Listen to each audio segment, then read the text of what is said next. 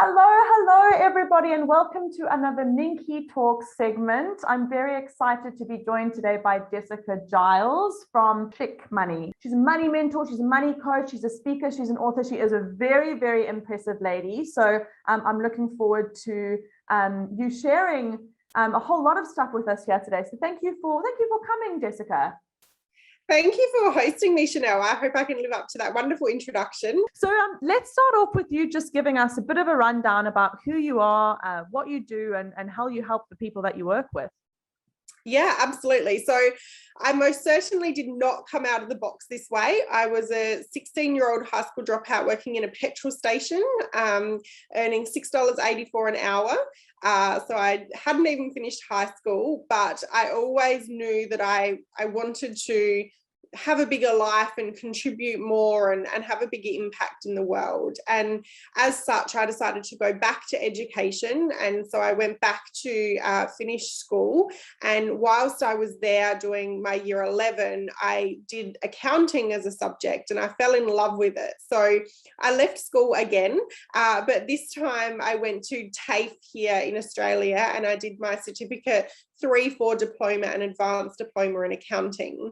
I used that to get access to my university degree. I started university the week I found out I was pregnant with my first daughter. And yeah, so it was a real journey. And then I sort of created my bookkeeping and accounting practice, and I was working with a lot of women business owners. And I really identified that when they would come to me, they weren't just handing over their receipts, their shoebox full of receipts. This was kind of pre-cloud days, but they were literally handing over their financial power. They didn't understand. They were scared they'd done it wrong. They would take the financial, reports and so forth that I would create for them. And I knew that they were never looking at that information. And I was thinking, you have so much in there that you need to know your numbers. But generally people start their business because they're passionate about what they do. And that doesn't always correlate to sound financial management. You start your business because you love hairdressing or plumbing or writing or whatever the case may be. Even as an accountant, I still didn't start my business because I love looking at my own numbers. And, I became a single mum very suddenly overnight to them. And I always say that brought about my spiritual awakening. And I then started learning about spirituality and, mindset, law of attraction. I discovered that we all have this thing called a money story. And I was like, what on earth is a money story? And basically our money story is in place at such a young age that we make up our mind about money. And for a lot of women, it's that either I'm not wealthy or I don't come from money or I'm not used to having money or I don't understand money.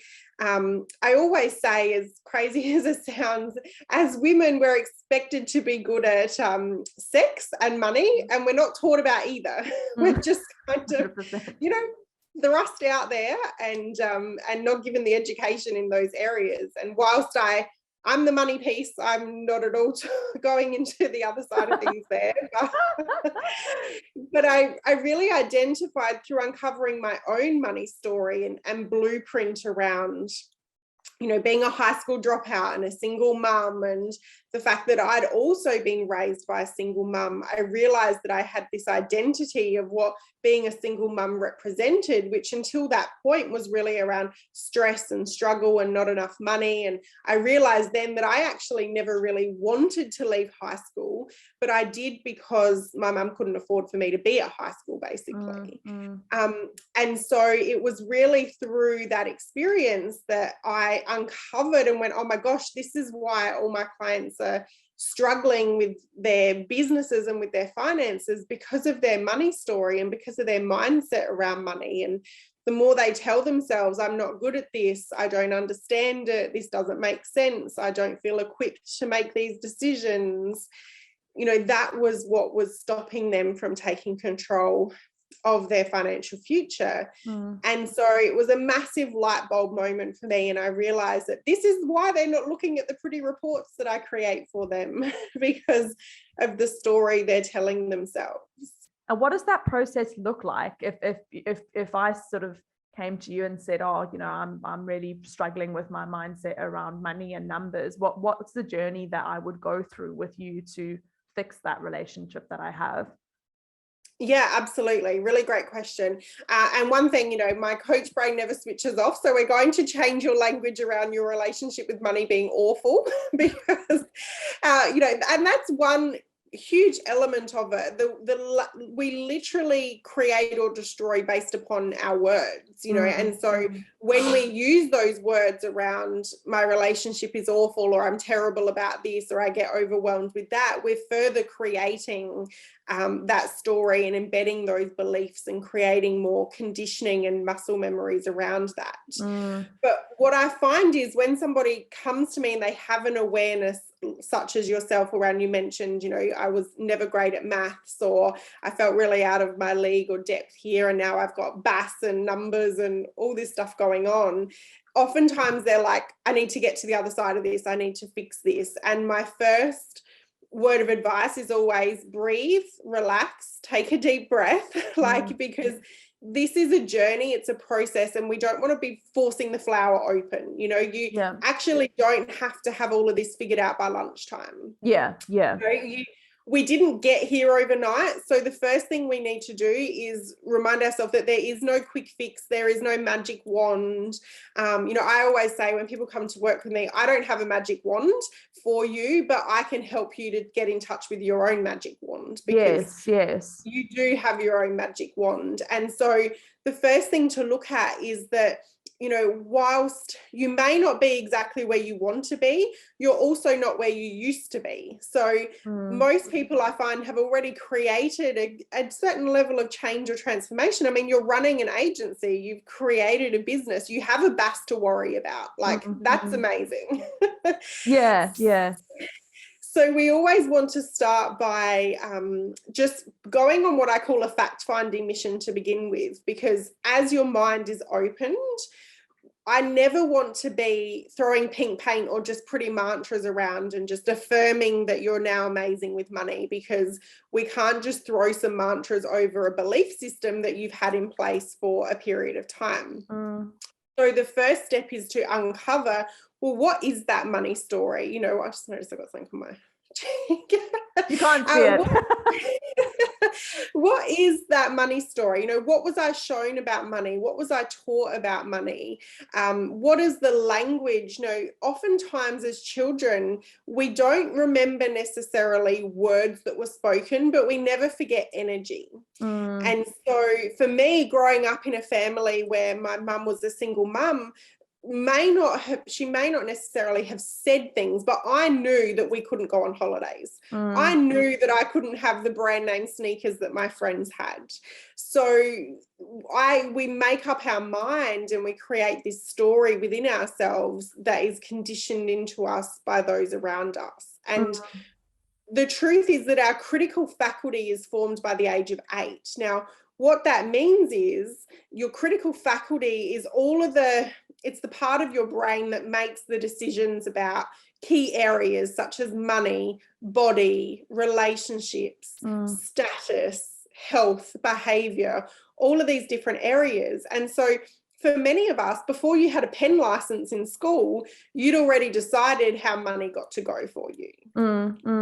You know, and I work with many women who are in their 60s a lot of the times, and they're recognizing and realizing that, oh my gosh, my entire life I've played out this story that was what I had been shown, what I had been taught, and I've essentially recreated another layer of that cycle. Yeah, it just becomes a self-fulfilling prophecy, really.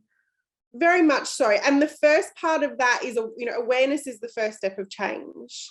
So when a woman comes to work with me, we first want to, let's just get this story out in the open. Let's let you make these connections and have these aha moments and, oh my God, and how did I not see this? And they're all the things that happen for women, but really trusting yourself and believing in your power, that you have the power to change your thoughts, your habits, your beliefs, your actions, and all of them are what create your results.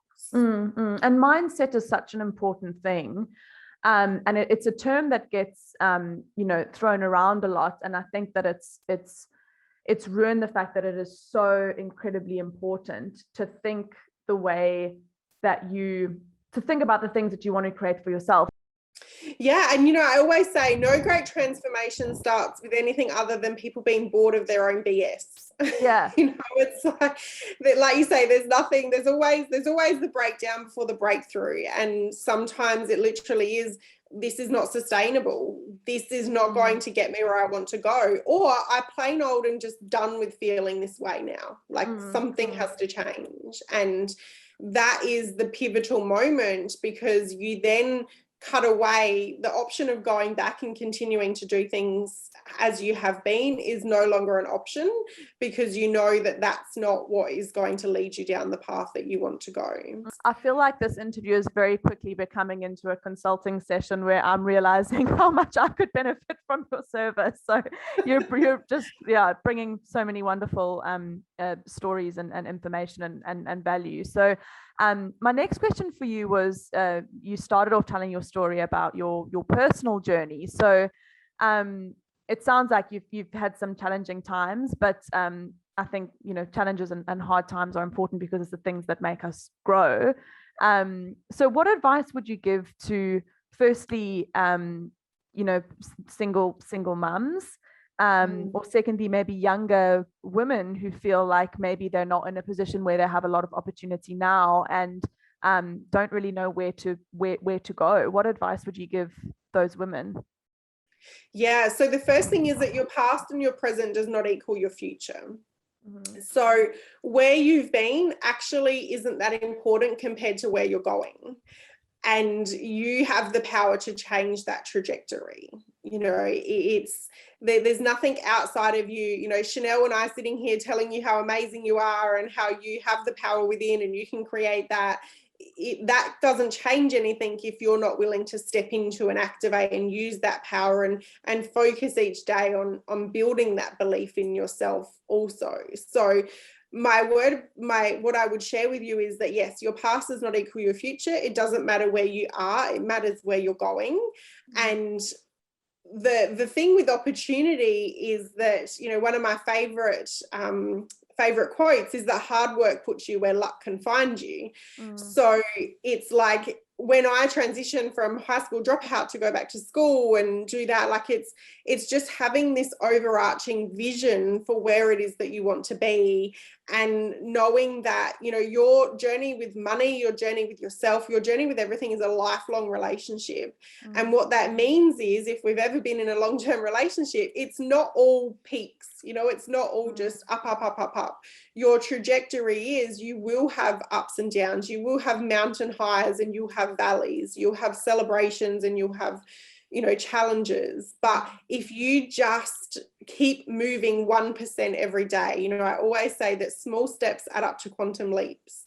And so when you just ask yourself every day, what is one little step that I can take today? You know, how can I get out of my comfort zone and move toward a goal that I have? And just take those little consistent actions, whatever they come to you to be, you will be very, very surprised how the world will move and navigate around to support you to go where it is that you want to go. And people and places and opportunities will present themselves. But we have to start to create that momentum ourselves by just taking those little steps and movements in the direction that you want to go. Amazing. Thank you so much, Jessica. It's been such a joy speaking to you. And thank you so much for all of the wonderful value that you've brought. And I look forward to seeing you again soon. Likewise. Yes, thank you so much for hosting me. And yeah, I'm thrilled to have connected with you. It's amazing. We get so, you know, encapsulated in our own little worlds and businesses and doing things that, you know, so many amazing women are literally on our doorstep and don't know about them. So I'm really excited to have connected with you. Oh, thank you, Jessica. Have a lovely day. Thank you. You too.